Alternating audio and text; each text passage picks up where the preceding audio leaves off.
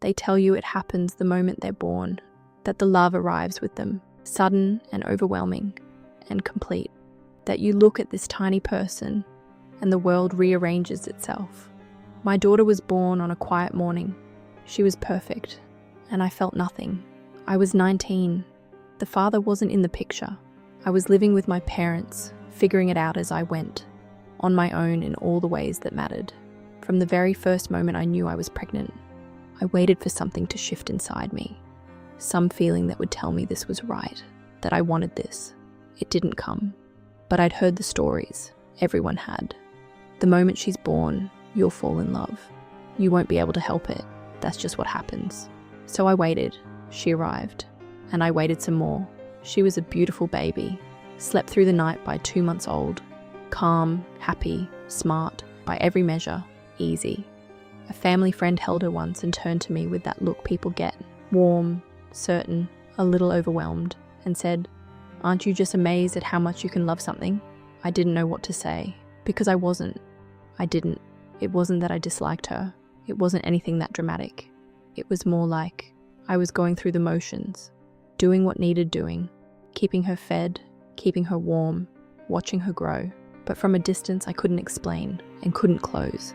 Babies become toddlers, and toddlers are different.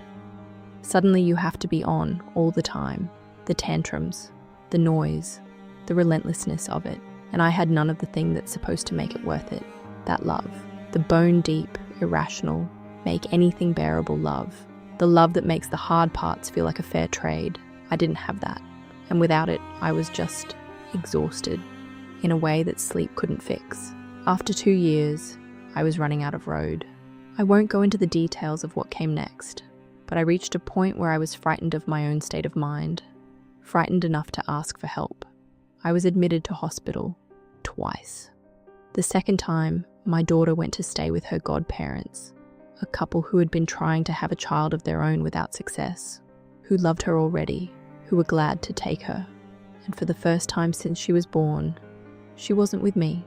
In that quiet, that strange, revealing quiet, I understood what I had to do. People might hear this story and wonder, how could she give her child away? But that's not what this was. That's not how it felt from where I was standing. It wasn't a choice between keeping her and not keeping her. It was a choice between her being adopted by people who already loved her, who desperately wanted her, who could give her everything I couldn't, or her having a dead mother. That was the choice.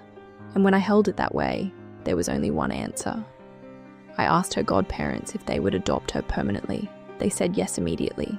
They were overjoyed. It's been 3 years. It's an open adoption.